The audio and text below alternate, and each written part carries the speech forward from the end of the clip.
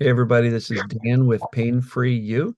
Today I've got the pleasure of introducing Helmut from Ontario, Canada, and he has been gracious enough to volunteer to share his story. And from what I know of him, it's a heck of a story. He's been through a lot of symptoms. He's very educated and experienced with this whole mind-body approach. So, Helmut, I appreciate you. Thank you for being willing to share your story. Hopefully, give some insight to some of the audience, as well as, I'm sure, a healthy dose of inspiration and encouragement as well. So, appreciate it. Thank you. Thank you for having me. I appreciate also your work and Thank you. it's actually helped me to understand this whole journey that I went through. So thanks again for your help. It's my pleasure.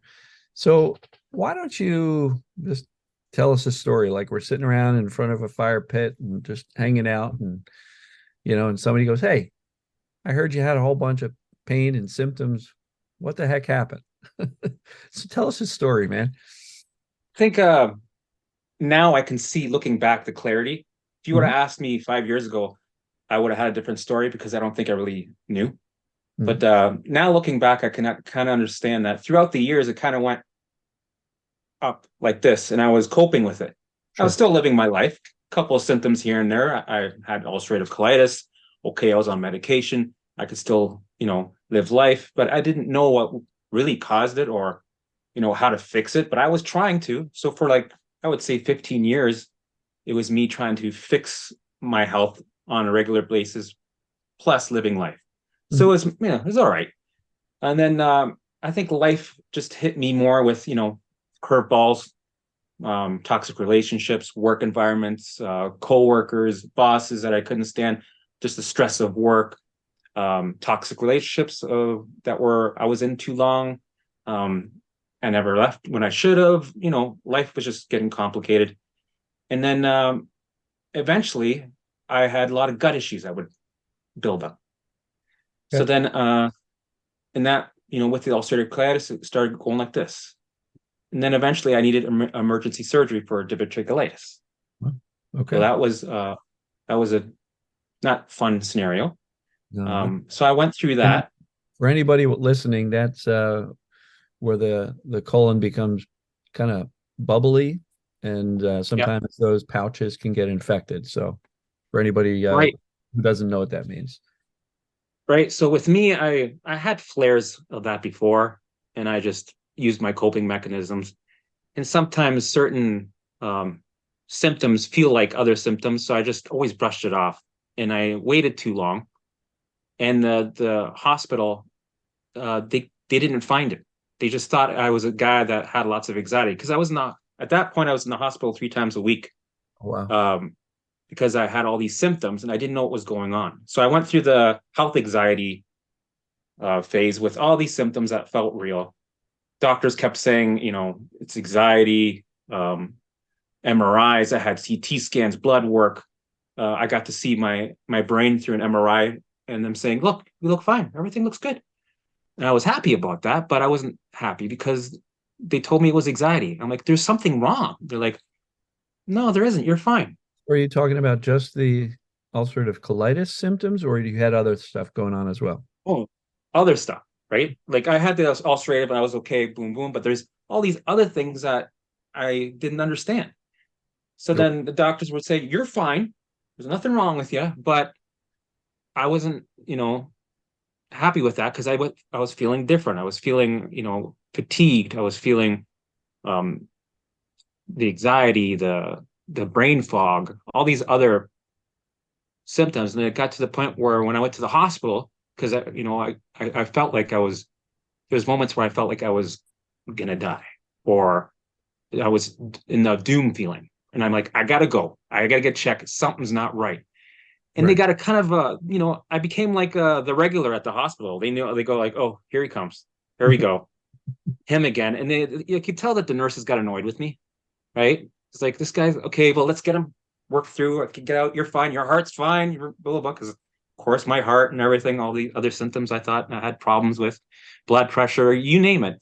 I thought I had a lot of issues. So then you know, the, when they saw me, they didn't find anything.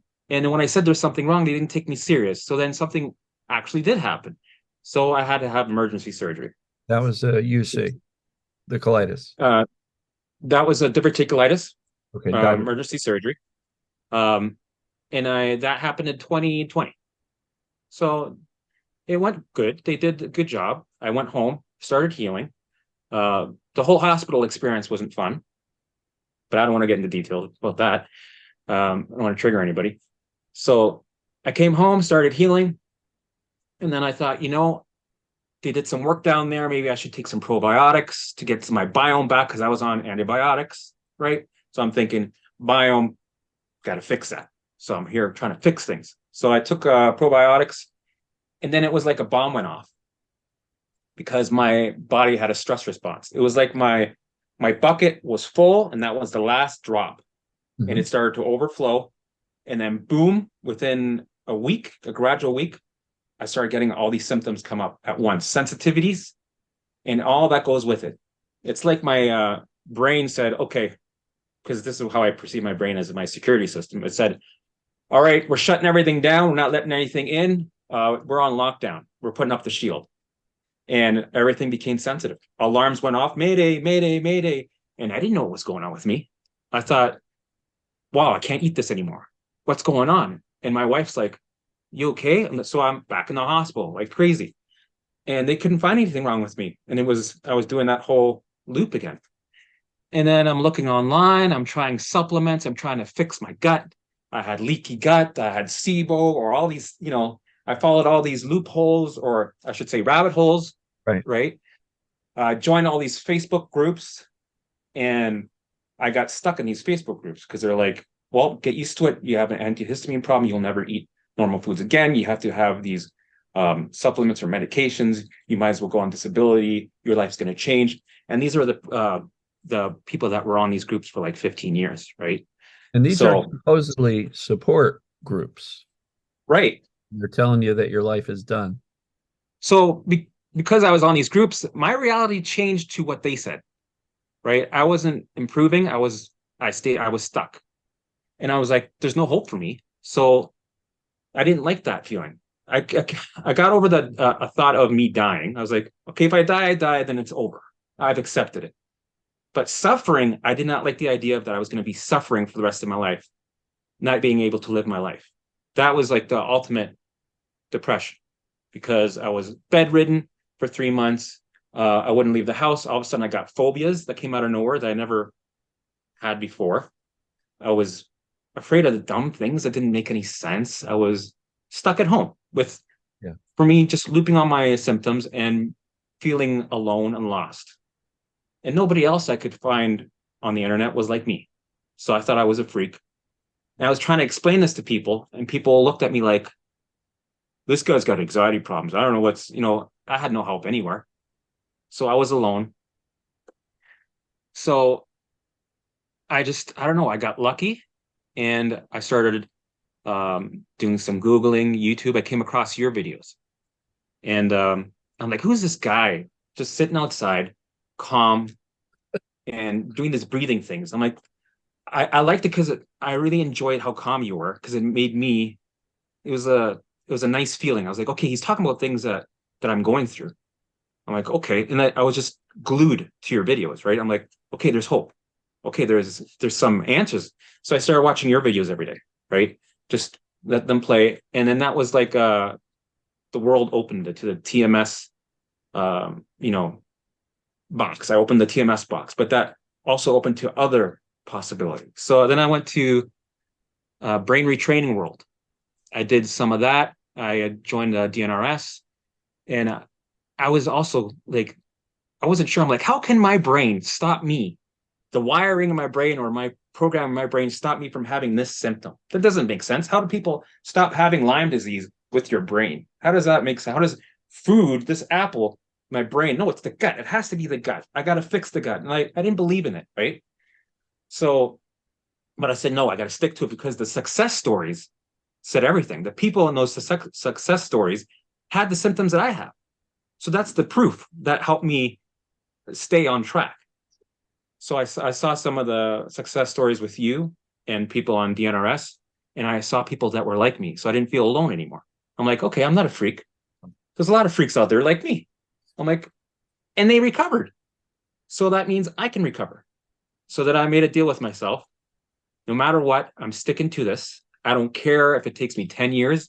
I don't care. Adam, I told myself, even if I die and something happens, I don't care. I'm sticking to this no matter what. And I did. And I'm a person that was never a person that would be disciplined and stuck to things. I had to put the work in. This was like the hardest thing I ever did in my life. Um, I became an Olympian in a way. I was not going to go anywhere else. Right. Love it. I worked hard for my recovery. I deserved it. I earned it. Right. Because I suffered through minute by minute, second by second, hour by hour, making mistakes, doing the wrong things. And then all of a sudden getting clarity from videos from you, from what other people went through, and readjusting, right? Trying That's what the worked. process. That's the Yeah. process. We can't just go, I understand it theoretically. I'm going to implement it perfectly tomorrow. There is no perfect. You can't just do it right the first time out. So you do No. things, it doesn't work out, you adjust, you try again. Everything that you experience is a learning opportunity. And I love And that it's you good. said, Yeah. I'm going to do this no matter what, because I oftentimes will speak about making a decision. This is what's going on, and a commitment not to waver. And that's Right. exactly what you did for yourself. And that was the best thing you could have done, because you could have bounced back and forth between I'm sick and no, this is brain created, and your decision and your commitment, I'm going to do this no matter what, is why you have come out of this. That's the Right. exact reason, because you didn't leave yourself the option of going, well, maybe I'll go to the emergency room 10 more times. You said, Right. no, I understand this now enough to know that this is what I'm doing. So for anybody watching, if you're scared to make that decision, Helmut is a perfect example of the power of making that decision and the commitment that it sometimes takes, because there's some people I know out there who are still struggling. And every time they get a new symptom or the old symptom flares up, they go right back to panic. And I'm sure there were some rocky roads for you, some Oh speed. yeah. Like I still went to the hospital a few more times after. Oh yeah. But Get it. I had a path. But I had a path. I'm like, all right, we're off the path. We're on the path. Okay, we're off the path. But I still had before I had no direction. I was lost, right at sea. I don't know where I was. But now I have a path. I'm focusing on it. And I was like, okay, I got to get off these Facebook groups. Actually, I went off. First, I deleted them all because they're nonsense. They're bullshit. I deleted them all. And then I was like, I put all my research that I did for 8 years that I thought I knew, because you're convinced you think you know everything. You think it's all, you have some sort of DNA mutation or a gut biome thing here, or you're special or something. I put that all on the shelf. I'm like, we're going to leave it on the shelf. And you know what? In 2 years after I've given it my all, I can always go back to that. Yeah. Right. And I can bring it back up and go back to those loopholes. I can rejoin those groups. They'll always be there. So Mhm. why not just put them on the shelf so it makes it less complicated? Let's simplify it, and let's just concentrate on working on this and hoping that my body will just regulate itself without me micromanaging everything. Because Mhm. that's what I was doing. I was checking up on it. Am I rewiring? Is there a new pathway that's created? Am I right? With some of these groups, it's like you got to create neural pathways. You got to. This is how it works. And it's good to know this information, but it became all it was about. It wasn't about live your life, and your brain will handle that. Right? Don't worry about what your brain's. It'll do that. It rewired by itself. Exactly. Um, the what I had to deal with, like I was started getting better. Right? My symptoms started improving. This started going away without me noticing. I'm like, oh, okay, I'm not feeling this. My gastritis is gone. The you know, eeny, meeny, miny, mo, ABC symptom all of a sudden is gone. But then I started to notice that my mental symptoms started to skyrocket. And I was like, okay, now I have post traumatic stress. Now I'm looping about things. Now I got anxiety. Now, and I'm like, I almost wish I had my physical symptoms back. This is worse. The mental side of things, that's like the 10 times, 1,000 times worse than then worrying if you're going to have a heart attack. And having that thought alone is scary, right? We all know, like when you have a worry about your physical side, that's scary. But to be able to say that I'd rather have a physical thing than me looping on something constantly for 3 weeks in a room, Yeah. that was me. I was in a room pacing back and forth because that was my safe room, right? Because I couldn't go anywhere else because my brain was perceiving danger everywhere. It was like a war zone everywhere I went. Danger, danger. It's like like the RoboCops, like you danger, danger. Like I was in a war zone. So that was my safe zone in my room, and I was like, if somebody had a conversation or I heard something on the radio, somebody said, "Yeah, my knees are blah blah blah," or the word cancer or anything. Boom, I locked on it. Now I'm going to loop on that for 2 weeks. I'm like, fuck, great, here we go. I'm going to be looping on this. And I would be so angry. Then, like, all right, here we go. Okay, how am I going to, right? And then these other programs say, well, just distract, distract, distract, distract. Find something else to do. Count backwards. Look out at your surroundings. Go for a walk. Distract, distract, distract, distract. Just keep doing the work. Keep doing the work. And the more I did that, the more I was looping, the worse it got. And that's when I became stuck in my journey. And I was stuck for a couple of months. Some people are stuck for years in that part. Sure. I was lucky. I don't know how, but I was able to find the clarity that I needed. I talked to some other people that went through their journey, like, oh yeah, I went through that. And they said, just keep going. Okay. That didn't resonate with me. And I talked to some other people and they said, oh, you know what you're doing? You're resisting your thoughts. You're resisting your alarms. I'm like, oh, okay. So then I started teaching myself, okay, my brain is my alarm system. It's perceiving danger. Its job is to keep me safe and alive. It doesn't care if I suffer so much. It just needs to keep me alive. So it's going to send alarms to the perceived danger that's everywhere. It's up to me to acknowledge the alarms, go, oh, okay, and then to redirect and to engage in something that I'd rather do. But I bring that alarm with me on my shoulder and go, hey, come with me. We're going to go cut the lawn. Yeah, I don't like that thought. I know that what if thought. I know it's dangerous, but you know what? Come with me anyway. Love And it. we're going to cut the lawn, right? So it took away the resistance because when you resist, what you resist persists. And the alarms go bigger and bigger and bigger and bigger because it's doing its job to tell you that the root emotion, the fear, needs to be acknowledged because it's an alarm.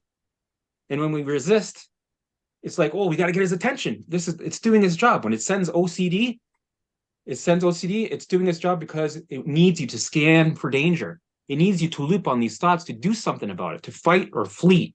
Because if you don't fight or flee, you could die. And when that happens, it hasn't done its job. So the brain's working perfectly. Yeah. It's doing its job. It's brilliant. But I misunderstood that communication loop that we had. Very So did common. many people, right? Very common. You go on the internet. What do they say? Live in the present moment, hide from your thoughts, count backwards. You shouldn't time travel in the past or the future. You got to be in the now. Always be in the now. But then you're resisting. You're hiding from your thoughts to resist. And then what happens? You resist, persist. You get more alarms, and then you get triggers. Oh, this is fun. Oh, okay. A snapshot of that time is put in the file. Then all of a sudden, something that's not associated to that alarm could become a trigger. I'm looking at my steering wheel. It's triggering me to that looping thought. I'm like, this is going crazy now, right? So then I had to learn to change my response, to allow the thoughts to be there. At first, because I learned this from the Dare response. It's a Yeah. popular app that's getting bigger, right? So I learned that concept from there. I did my own mistakes, and that's how I made it my own version. I became my own guide with the allowing way of thinking. So I would allow it, I would process. So I would kind of give that thought, the what if thought, a color, like purple, and I would give it a name. I called it Limby because that's my limbic system. So I Sure. thought, okay, you know what? I'm going to call you Limby. This what if thought, because every week I had another what if thought. It was on the menu, something else to loop around, right? Doing its job. I understand. Okay, well, what do you got today? That, okay, show me the fear, Limby. Oh, that. Yeah, that does suck. Okay, you know what? Bring it to me. I love it. Give me more. So I'd let it float through me. I'd process it. And just like a cork in water, right? You let it go through you in and out. And do that times 1,000. Repeat, repeat, repeat. Because when you start to allow things, all of a sudden your thoughts are like, I'm next. Because it's like a bottleneck. All of a sudden, they all want to be processed. So it's a bit of a shit show in the beginning. It's a lot of work, but you're doing the right method. And it sucks. And you're going to feel like shit. And it's very uncomfortable. And people sometimes forget that just because I feel like shit, just because I feel uncomfortable, does that mean it's not working? That I'm doing something wrong? That I got to go find another answer somewhere else? No, actually, it's working behind the scenes. Allow the thoughts to be there. You're going to feel like shit. Expose yourself to what the alarm is, because I did a lot of exposure. And, usually when you do exposure, you take 3 steps back, allow, and then you gain leverage. You start, right? That alarm goes from a 10 to a 5 to a 3 to a 1. And eventually, like, meh, you normalize it, and then you become indifferent. Yeah. I had to work for my indifference with the exposure and allowing it. And then it would go back to a 10.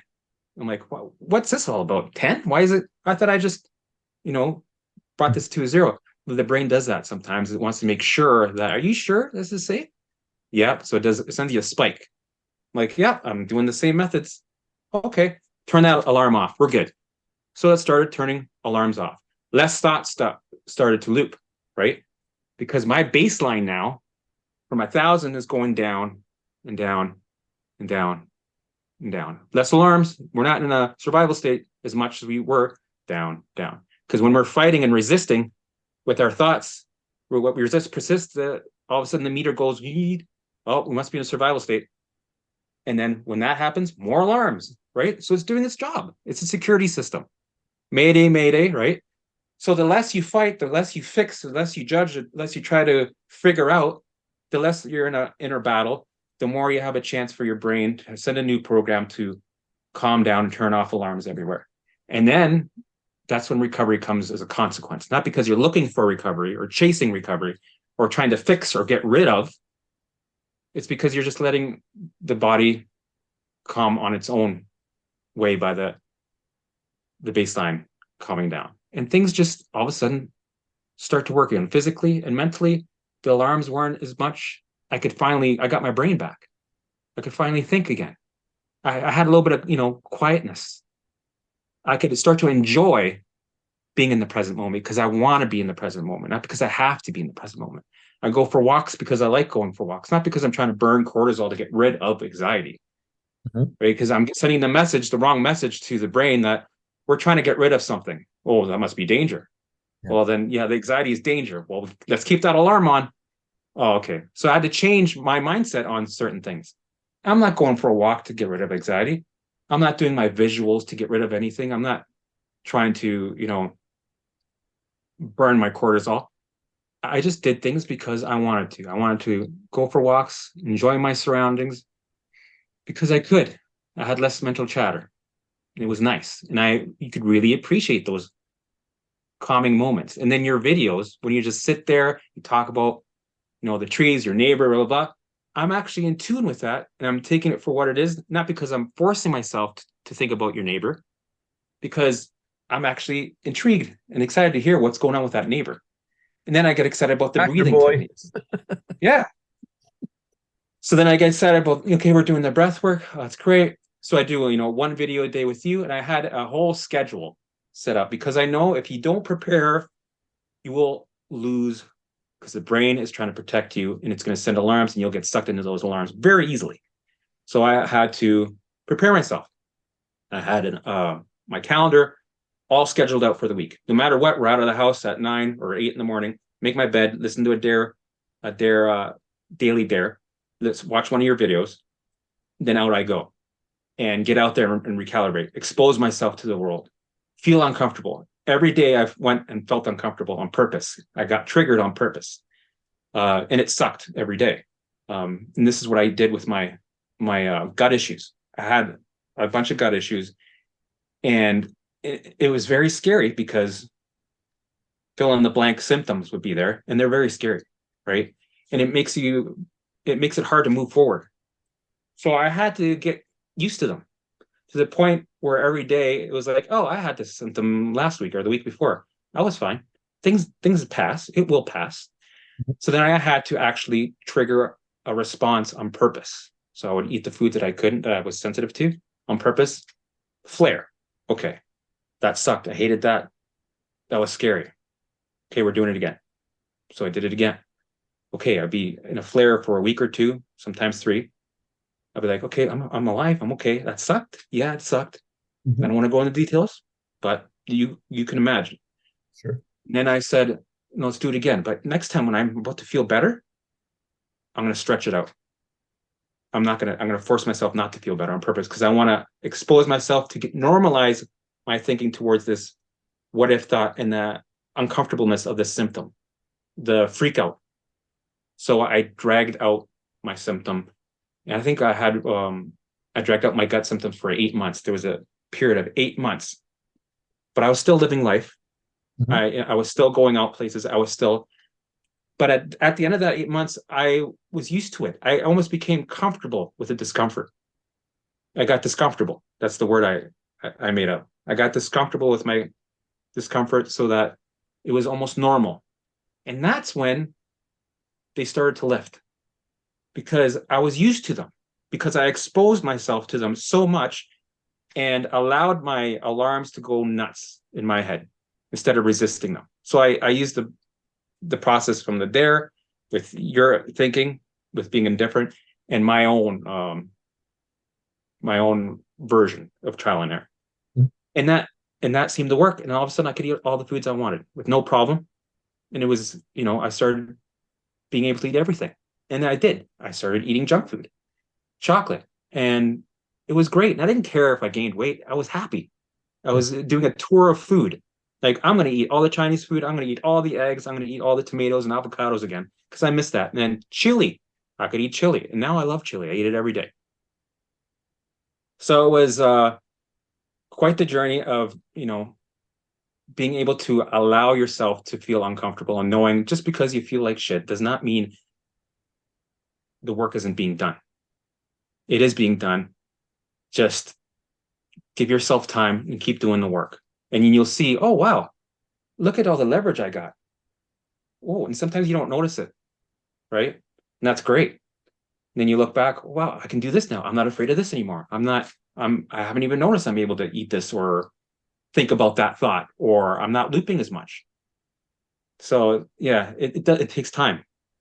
That's another thing. Patience, because I wanted to recover quick. It took me 2.5 years. Everybody And does. yeah, but you know what? It's not, for me, it wasn't 2.5 years of pure hell. Maybe the first year it was, but it does get better. And then you enjoy that new leverage. You're like, oh, I like this. This is okay. This is pretty cool. Yeah, it still sucks. It still sucks, but it's a little better. I'm gonna roll with this. And Yeah. then the next couple of months later, you know what? I'm able to do this more. You're living life a little more. You're opening up your circle Mhm. more and more. You're getting uncomfortable. You're getting out there and getting uncomfortable on purpose. You're setting up a stress response on purpose. But you start to notice that things are regulating. Your body's starting to trust you. Your body's starting to regulate. All of a sudden, the symptoms, you're starting to heal more. You're starting to feel better. You know, you're just starting to feel normal again. And then you forget about the symptoms that you had, which is, I didn't believe when somebody said, "Oh, I had to think about that. What I had, all the symptoms." I actually forgot about it. I'm like, no, there's no way, because my brain was still going alarm, alarm. I'm like, there's no way you're forgetting this stuff. And it's true, you forget. Yeah. You have to actually sit down and go, what was I feeling? Oh, wow. Interesting. Cool. And you now I think about it as a curious observer, not as a, ooh, that's a little bit triggering. Now I have full confidence. Now I can look at it on all angles and just see it for what it is and have clarity from it. Yeah. 2 years ago, I could not dare do something like that. I could not dare even say the word. What's interesting is there are definitely people in this community at varying stages of recovery that are very easily triggered by other people's stories. And hearing Yeah. somebody else's story will cause them to start getting that symptom. And Yeah. so we do we're cognizant of that in the group coaching. Try not to talk too much about symptoms. Let's focus on solutions. But somebody actually asked me, Dan, how do you not get all sorts of crazy symptoms hearing about this stuff all the time, every day? Because I have lost the fear. My system Yeah. has come down so far from, uh-oh, I heard about that. Now I've got it. Like, I don't assume that's going to happen. I don't fear that happening. I don't Right. expect it to happen, and therefore it doesn't because, symptoms really require fear or perceived danger in order to come to fruition. So, like, I don't have fear about this stuff. So I can hear the wildest stories from some people, Yeah. and it's more a curious observer. That's fascinating. Yeah. Let me make a mental note of that, but it doesn't crank up, my fear center at all. Nope. It's more, scientific, not that I'm a scientist in any stretch, but it's fascinating. Yeah. So, I'm glad you've gotten to that point where hearing somebody mention something passing you on the street doesn't send you into a 3-week loop. Right. It That likes to try things on. that proves though that you've been extremely successful in teaching your brain that, like, I'm actually all right. I'm safe. Yeah. Because when the brain doesn't feel that you're safe, the alarm system is cranked up. And when you said you had this sensitivity, that sensitivity, all that means is the brain is on high alert. And what does it do? It cranks up the volume on all of our senses. The sensations are normal, but they're amplified by a brain that's just doing its best to say, stay safe, stay safe.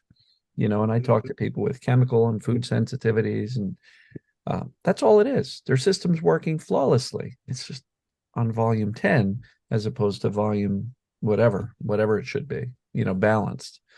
So brilliant stuff. Anything else you want to share as far as what really? Oh, I'm sure I could talk about this for 18 hours, but that was the gist of my journey and certain things I had to change to get on a different path to fully recover and now to thrive. Mhm. Right. Now I'm at a point where I haven't stopped doing my visuals. I still do them. I do them every day because I want to keep that bucket empty. What does Because that I find that sometimes what does that mean to do your visuals? Can you describe I that do process? visuals. It's like a meeting with myself every day. In the beginning, it was for health, right? Um, I would do two memories of my past because a memory, you can go back in time and think of something that you really enjoyed, like fishing with your dad, and then you go into the details of it, of what did you catch, what did you eat. So your brain is forced to sit and dose, which is dopamine, oxytocin, serotonin, endorphins. So you're taking an hour a day to sit and dose of something that's a beautiful memory, so that you're working on getting that baseline down instead of that hour you focusing on symptoms. When you're doing that, well, you're gonna stay there. So you're working on certain things to keep your mind on something to keep it coming down. So then the other half hour of that visual is the future. So I would do two visuals about what I'm going to do in the future, where I'm going to travel, and what it would be like to be in the BC mountains, and what's the sky like, what am I eating, where am I staying at. So I go really detailed about my surroundings, right? And that gives you dose again. But it also starts to get your brain prepared for the things that you're going to do that right now you can't do, but you will do. So it's preparing itself, right? So I did that every day. Like mental Uh, rehearsal. yeah, for 2.5 years. And now I do it I think it's just a great tool I actually have books that I write down what I'm doing for the week for my business, because I have a cleaning business now. Okay. So I use that to focus on my business and where I'm going to be in 5 years. And I have like these sections where I go create and go, because I think you can create your reality in your future by really thinking about it, visualizing it, Mhm. and then it starts to happen because you become a little bit obsessed with it. And you start to walk the walk because you have a meeting with yourself. This is what we're going to do. And then you actually go out there and do it. And I think it's been a great tool for my recovery, but also for everyday things with relationships, business, friendships, just your life in general. I think it's the visuals have been great. And also, before I forget, my phone was a great tool that I used for my recovery with Yeah. when it came to my health, What's because up? I used the video, or no, the recording How do app on it, and I would do my visuals or I would speak into it because it forces you to get involved. Because if you don't have something that's kind of like there listening, then you can kind of just sit there and do nothing. So with the app, I was forced to do my visuals every day and never miss a visual. Never did. I did 1 hour a day, yeah, because it forced me to be in a dose environment, and it was a good practice to get into. So, and I also used my phone for exposure therapy. So I would, if there was something that was triggering me that week, one of the 100 things that triggered me, I would use my phone and I would say what was scary in my phone in detail. So let's say, I'll take something that's very neutral. Let's say I'm afraid of a field. I'd say, okay, I'm afraid of a field. And the reason why I'm afraid of the field is because this might happen, that might happen, this might happen. And it would trigger me and it would scare the shit out of me while I'm saying this into the phone. And I'd press stop and I would play it back. And I would get triggered. So I'd be taking 3 steps back. But while I'm listening to this and I'm feeling like shit, I'm scared. My stress response alarms are going, okay, here we go, fight or flee. I would embrace it. I go and I would change my response to not white knuckle, right? But to open my hands, not to survive through, but to allow it to be there. And then the more I did that throughout the day, I would replay that recording 3 times. It would go from a 10 to blah, blah, blah, blah, blah. And eventually that was my practice every day. I would do something where I exposed myself to it. And it was how I responded, just allowing it to run wild. And I would take it another step to take the ultimate resistance away by saying, I'm asking for more. That what if thought about that field, I hope that happens. I really do. I'm asking for more. Let's do it. And with that, it shows confidence, and the brain goes, it analyzes you, and it goes, okay, well, I don't think he's freaking out. Maybe there isn't the fire in that hallway. Maybe there isn't something to worry about. Maybe we can turn that alarm off. And with that confidence, alarms started turning off Sure. by using this phone, right? And I could always go back next week and go, you know what? I don't feel like talking into it. I'll just play a bunch of my exposures. So I would listen to them, be triggered, blah, blah, but then I'm gaining leverage. I'm moving forward with my journey. And so my phone was a great tool, and my visuals, I still do them, and I don't think I'll ever stop doing it. I think it's something that I'm going to keep doing to keep that bucket empty and to have that meeting with yourself every day. Yeah, and that's pretty cool. It's really being intentional about your life and your future. Because the visuals, it sounds like it's more like, all right, regardless of what chaos is going on right now, I'm still going to focus on what do I want to create. So I've got a business. I want it to be here in 5 years. So I have to be able to see what it looks like in 5 years in order to take the steps today to make that happen. Right. One of the quotes I heard, which was really interesting, I like that you picked 5 years. People often overestimate what they can do in 1 year. Yeah. They underestimate what they can do in five, Right. right? And Yeah. so, and that's not a TMS mind body thing. That's just a general life thing. And so you picture yourself in 5 years versus one, because people are like, "Oh, I'm starting a new business. I'm going to be a mega millionaire in a year." Right. Okay. Probably not. No. Five Yeah. years, maybe I can get it to, whatever. You might be underestimating five, but it's an interesting experiment because you're intentionally creating your future. Yep. Because before you started doing that, and let's go back to the mind body space, before that, by default, your overprotective, scared brain that was working perfectly, just operating on a lot of misinformation and fear, was creating your future based on fear and all of the nocebos that you read in some of these support groups that were telling you, get used to it. This is your life. Oh yeah. Brain was Toxic. creating that future. And, I have a lot of people say, Dan, I'm not good at visualization. I'm like, yes, you are. You're just visualizing the worst case scenario as opposed to the outcome you want. Yeah. The brain will create what you focus on most often. So if you're always focused on the fear and the danger and the despair and it's never going to change, it's probably not going to change. So Right. we have to rewrite the software program that says this is what we want to come out of it and this is the pathway to get there. So you know, That's everything. if you want to That's what it change is. the output of this beautiful system, you have to change the input. What are you putting into this brilliant computer system? Because if you're putting in garbage, you're going to get garbage out, right? That's a software term, garbage in, garbage out.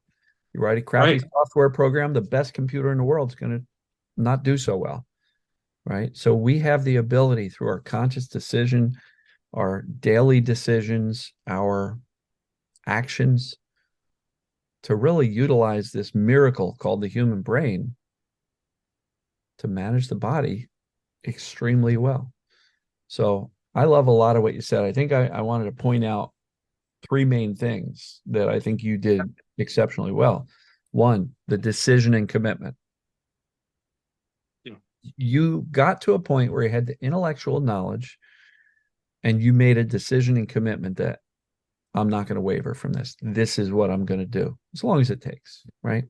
Brilliant. Number two, you were willing to expose yourself to experience symptoms, right? Because you cannot avoid symptoms long enough till they just go away permanently. You were Right. willing to experience symptoms so that you could prove to your brain, I'm okay. Because the people who, I mean, when you got to the point of, bedridden and housebound, that was really an avoidance strategy, right? Really Oh like yeah. to avoid everything that could possibly cause problems. And Yep. that's not a effective recovery process because all you're doing is confirming the brain's perception that everything outside of my bedroom is dangerous, right? It's alarms on. Yeah.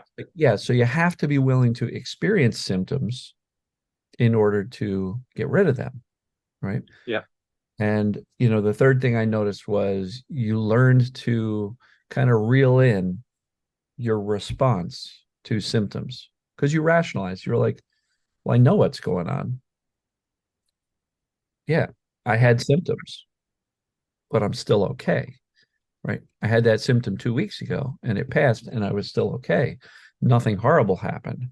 So that's another point I've made in the past is you got to be willing to experience the symptoms to get rid of them because if all you do is avoid, avoid, avoid, all you're doing is saying to the brain, you're right, we're in trouble. We got to avoid all that stuff. So those were three things that really jumped out at me that I wanted to kind of highlight for anybody watching. Um, but it all, honestly, it starts with the commitment that you made to yourself to Yeah. stay on this path. And look, there was a lot of left turns and detours and speed bumps and, Yeah. It's like, all sorts of stuff. People yeah. think, oh, all right. It frustrates me sometimes because people are like, all right, I found out what's going on. How come I'm not better yet? And I'm like,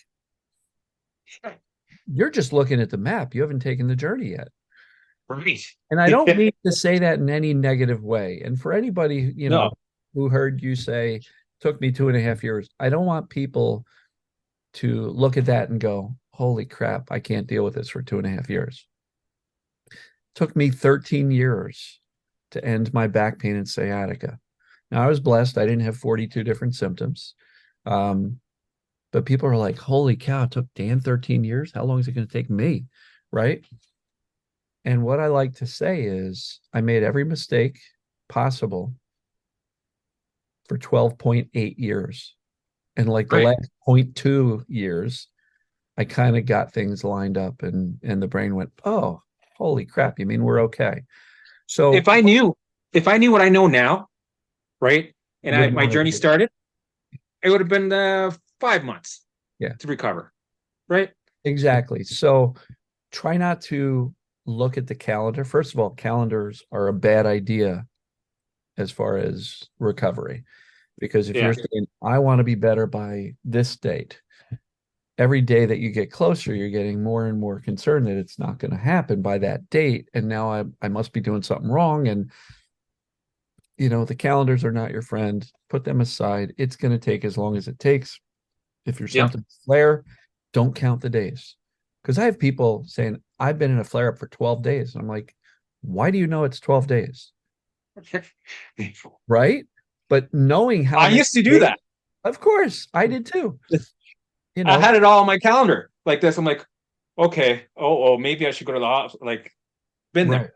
Right. So I'm just trying to like remind people that the calendar is not all it does is create more fear and pressure. It does Yeah. not create safety unless Right. you're tracking the positive, which is I've been feeling good for 3 weeks. Cool. But even that, Yeah. why do you want to track it? Because now you're like, when's the other shoe going to drop? I'm Right. feeling good. That means I'm nervous. We don't need Yeah. to track this stuff. I mean, focus on the knowledge that you've got, the fact that you're actually okay. Yeah, symptoms. I love that you called them the warning system, the danger alarm, mayday, mayday, Yeah. because really that's what's going on. Of course, for anybody new here, we want to rule out life threatening. But Helmut has done that countless times. He's been to the ER that they're like, oh, Helmut, how are you? What's going on today? They got to know Yeah. him personally in the emergency room. So clearly, he ruled out anything life threatening because the doctors are really good at finding that stuff. Right. And so you rule out the life threatening. And then once you get some insight and knowledge about the mind body aspect, then we rule in this thing called TMS, or as I refer to it, perceived danger, pain, or symptoms. So for anybody still on the fence, not sure what's going on, go to isthispdp.com. That'll take you to my getting started page on my site where there's a couple of assessments that'll help you ascertain what's going on with you. But of course, rule out the life threatening. Most people have done that, but I don't want to fail to mention that because some people haven't done that. So what else do you want to add? Anything else? Just want to say that just because you feel like shit during this process does not mean you're not on the right path, does not mean that in the background that it's not working, because it is working. And know that you're gonna fall. You're gonna take 4 steps back. You're gonna have spikes. You're gonna have the ebbs and flows of recovery. You're gonna go backwards and forwards, and that's good. That's a good sign you're making change. If you're feeling good through the whole thing, then that's not normal. That doesn't happen. The more you feel like shit while you're doing the right methods, that's a good sign. Keep doing it, right? And then I had to learn that. So that's what I like to tell people, because it can be when you're in the thick of it, and you're having a bad week, you could feel like you're starting over again, or you have done nothing. You feel like am I ever going to recover? Am I starting from scratch? No, you're not. That what you're dealing with now is golden nugget. This is actually pushing you forward. It's a learning So, opportunity. right. The setback Exactly. is a learning opportunity. If you're feeling great, you're not learning anything. Right. If you have a setback, symptom spike, or you get a new symptom, that is your best opportunity to teach your brain something. Because if you can respond calmly with clarity, I know what that is. I'm not concerned. Hey, brain, come on, let's go. We're going to do this together. I loved how you said, come with me, right? Right. Um, I like to say, and I often do in my coaching, I'm like, all right, brain, I know you're just, sounding the danger alarm, but I'm not concerned. So let's work together here. I'm going to show Yeah. you that we're actually okay because I'm not going to stay home and pass up going to my family's house for a party. We're going to go. And if the symptoms come along, that's fine because most likely I would have hurt sitting at home. So I may as well go and enjoy the family. Right. And so your brain is not working against you. Your brain is not your enemy. It's not messing with you. Your brain is doing nothing Exactly. other than safety and survival. It's just operating on bad information and fear. And so it's our job, cognitively, intelligently, to lead the way. And that happens with mindset, right? don't think you're going to come out of the gate going from complete panic to indifference. Don't think you can do that. You got to work your way from complete freak out to freaking out less and less and less and less and less and less until you're kind of not freaking out so much. And you work your way into calm reassurance and reminding yourself of the intellectual knowledge that you've gained, the insight, the decision, the commitment you've made, so that your brain starts to go, well, Dan seems to be staying on this path. So maybe I should watch what's going on. And even when symptoms are flaring and I'm sounding the alarm, he's going, shh, there's no fire in the kitchen. It's just a smoke detector, right? Yeah. You know, Helmut was cooking some chili and he burnt the pot. That's why the smoke detector's going off, but there's no real fire. So the key is to stay on the path, know that you're going to hit some speed bumps, not get thrown off guard. A speed bump doesn't mean you're all the way back at square one. You cannot forget what you've learned. And a good thing to do is, let's say you're feeling better for a while and all of a sudden, whammo, symptoms come back with a flare. Best thing to do is go, but I know what that is. And hey, brain, we were Right. just feeling pretty good a few days ago. So let's go back there. And the sooner you can get clarity and get back to the mindset that led you to feeling better in the first place, the sooner the brain's going to go, ah, we're okay. Yeah. And so, with the tips that Helmut is providing, the things that I try to share in these daily videos, doesn't have to take you 2.5 years, doesn't have to take you 13 like me. I've got folks getting better in a number of months. And if you've already been on this journey, maybe that commitment's not where it needs to be. Maybe the mindset isn't where it needs to be. Maybe you're still buying into the fear and the freak out and telling yourself stories, that looping story that goes, oh no, we're never getting out of this. That's when you go, shh, I'm going to let that thought go. I'm going to allow the story, but I don't have to take it seriously. I don't have to believe it. And I think that's what you had to learn through your journey, that thoughts are going to come. And the Yeah. more I run from those thoughts, and I don't like the whole distract theory. Distraction, I don't ever teach distraction. What I do No. teach is engagement, which Right. people confuse. They sound a lot the same. So, Dan, you're telling Yep. me to distract myself. No, I didn't use that word. I'm telling you to engage in something that's more important than trying to figure out and fix your symptoms. Because if you can engage yourself with your guitar, I'm assuming with that Marshall behind you, if Yep. you can do that and not be sitting here stewing on your symptoms, your brain goes, look at that. We're He's safe. enjoying the guitar. He must not be in trouble, because he wouldn't be enjoying the guitar if he was truly in trouble. And I'm sure there was plenty of times during your journey you weren't playing much. No, but I still try to anyway. Right. Even though I thought greater than I felt. I did it anyway. Yeah. Yeah. I like that. Think better than you feel. Yeah. And that's the way out, Exactly. because if we're thinking worse than we feel, we're going to feel worse. Right. So, what else? Anything else? I know you mentioned you've got a YouTube channel. What's on there, All and right. what's the name of it? Yeah, I got a YouTube channel. I started it a year ago at the tail end of my recovery. And so I've been doing that for the year in between, building my business. And you might see with my videos that in the beginning I was a little bit weird in front of the camera, but I'm starting to get more comfortable being in front of the camera. So just keep that in mind. So the my YouTube address is Mindful Gardener 5039. So it's at Mindful Gardener 5039. Yeah. So if anybody's interested in seeing what Helmut is doing on YouTube, just go to the search bar and search for Mindful Gardener 5039. Put it all together, no spaces, and you should be able to find them. But unless you've got anything else, this was great. You made a lot of I think great this is good. points, shared a lot of great tips on how you kind of worked this out and figured it out along the way. And so just real quick, how you doing today? Doing great. I got a busy day. I got to go do some cleaning jobs. So I love it. And I'm But free just to, yeah, you know, feel good. So that's awesome. Thrilled.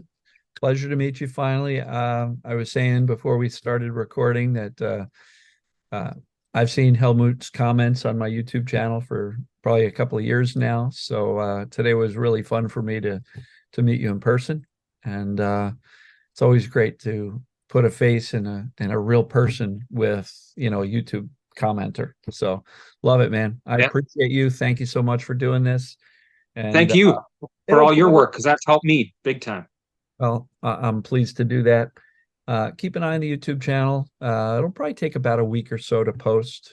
Um, and then feel free to read through the comments, to the success story. And if you feel like answering, great. If you don't, you want to kind of lay low, that's fine too. But I appreciate you. Thank you so much for doing this, everybody. Take care of yourself, and we'll see you next time. Thank you.